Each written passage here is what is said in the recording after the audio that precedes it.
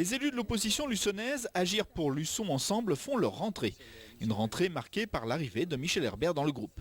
Âgé de 64 ans, Michel Herbert, élu en 2001 sur la liste du maire Pierre-Guy Perrier, a choisi de rejoindre Jean-Michel Demy, leader de l'opposition, suite à une mésentente avec le maire. Il estime avoir été mis sur la touche, notamment dans le domaine social où il siégeait. C'était tellement devenu insupportable. Il n'y avait plus de position du tout à prendre. On était éjectés partout. Moi-même, dans le social, depuis 2 ans, j'ai été mis vraiment sur la touche. J'avais plus lieu d'être. Voilà, tout simplement. Quand vous dites que c'était plus possible, c'est qu'il n'y avait plus d'entente, de concertation, de discussion possible entre vous ? Aucune discussion. Et puis moi-même, avec une tendance, peut-être que mon cœur causait de trop. Et puis comme je fonctionnais pas du tout de la même façon, donc on me mettait sur la touche. Peut-être qu'on pensait que j'étais dangereux de rester à leur côté. Mais enfin, ils avaient besoin de moi quand même pour les élire. Et ensuite, je me suis trouvé vraiment dans l'obligation de partir. Hein. Pour Pierre-Guy Perrier, actuellement en vacances mais joint par téléphone, ce départ n'est pas une surprise. Il explique son désaccord avec Michel Herbert pour un non-respect de certaines règles de confidentialité.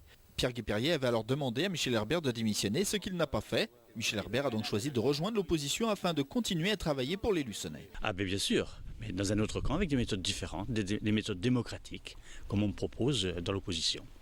À travers cette rentrée politique, le groupe des élus de gauche reproche également au maire un manque de concertation sur certains dossiers, notamment celui des écoles. Lors de la dernière rencontre, il avait été convenu qu'il y aurait une concertation avec les élus de la majorité, nos élus au sein des commissions concernées et les représentants de parents d'élèves. À ce jour, veille de la rentrée scolaire, rien n'a eu lieu. Il n'y a pas eu cette réunion de concertation. Nous n'avons pas eu d'informations complémentaires et on sait ou on croit savoir que au niveau du nombre d'inscrits, la situation pourrait paraître assainie, mais on n'a aucune confirmation officielle là-dessus. On va attendre la rentrée pour voir comment ça se passe. Ça, c'est pas normal. C'est pas ce qui avait été convenu. Le maire avait annoncé cet été un grand projet estimé à 4,5 millions d'euros pour la rénovation des écoles luçonnaises. Il s'agit en fait d'une étude de faisabilité, tient à souligner Pierre-Guy Perrier. Enfin, un autre point de désaccord apparaît entre majorité et opposition. Il concerne le projet de création d'une halte-garderie sur le Vendéopole bis entre Luçon et Saint-Gemme-la-Plaine, libérant ainsi les locaux actuels de la halte-garderie associative Les Petits Fans, pour les attribuer à la maison médicale en projet. Là encore, indique Jean-Michel Demy, un effet d'annonce sans concertation avec l'association et élus de l'opposition. La prochaine séance du conseil municipal luçonnais, programmée fin septembre, pourrait bien se tenir dans une ambiance assez étrange. Tel Vulcain, Alain Hadin dompte la fonte en fusion depuis avril 2003 à Vouillers-les-Marais. Dans son petit atelier installé en zone artisanale, il assure chaque été des démonstrations de coulées de fonte. Alain, la cinquantaine passée, montre les gestes qu'il a appris et acquis depuis 39 ans, avec le concours de sa femme Annie qui rappelle au public que son mari est le dernier fondeur en fonte d'Europe et qu'il possède le plus petit four traditionnel, un cubilo, qu'il a lui-même conçu et réalisé. Au départ, c'était surtout un défi technique parce que c'est quand même le plus petit cubilo du monde. Il fait que 13 cm de diamètre intérieur. Or, les plus petits cubilos qui existent font 45 cm, 45-70 cm de diamètre intérieur. C'était pratiquement impensable d'arriver à couler de la fonte régulièrement avec un si petit diamètre. Et puis en plus, ça me permet de faire justement des démonstrations au public pour montrer le métier aux gens, mais sans risque. Des démonstrations auxquelles tient beaucoup Alain Hadin afin que le public n'oublie pas ce métier ancestral. J'ai envie que le plus grand nombre possible de gens connaissent un métier qu'ils connaissent en réalité pas. Ils le confondent souvent avec la forge, avec la ferronnerie, et les fonderies ne se visitent pas. C'est très très rare, à part quelqu'un qui est dans la profession ou qui a de la famille dans la profession, vous visiterez jamais aucune fonderie.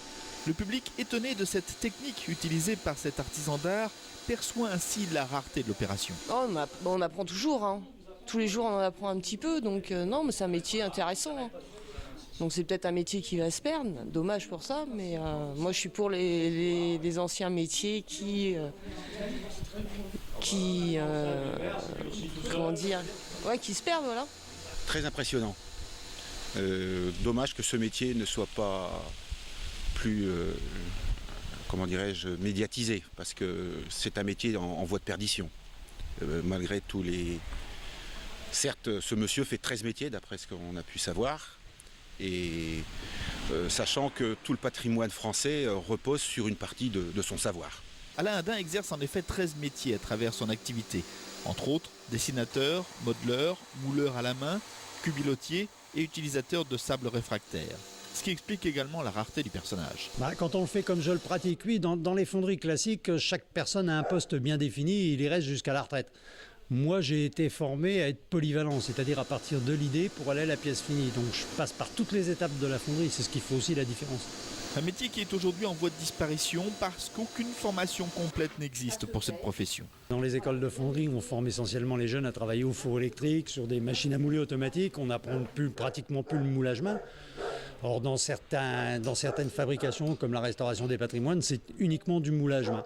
Il faut savoir qu'Alain a obtenu en 2008 le label EPV, Entreprise du patrimoine vivant, ce qui lui permet de décrocher des travaux de restauration du patrimoine, comme par exemple les balcons de la gare de La Rochelle.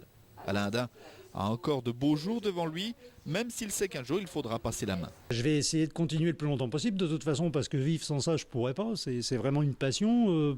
Mon fils, peut-être, a l'air de vouloir se lancer un peu dans la partie, ou sinon, j'essaierai de trouver quelqu'un qui veuille être formé et prendre la suite.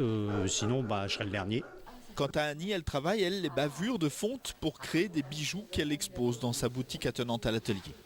Les démonstrations de coulées de fonte se déroulent tous les jeudis jusqu'au 7 septembre à Vouilly-les-Marais, puis les deuxièmes dimanches d'octobre, novembre et décembre.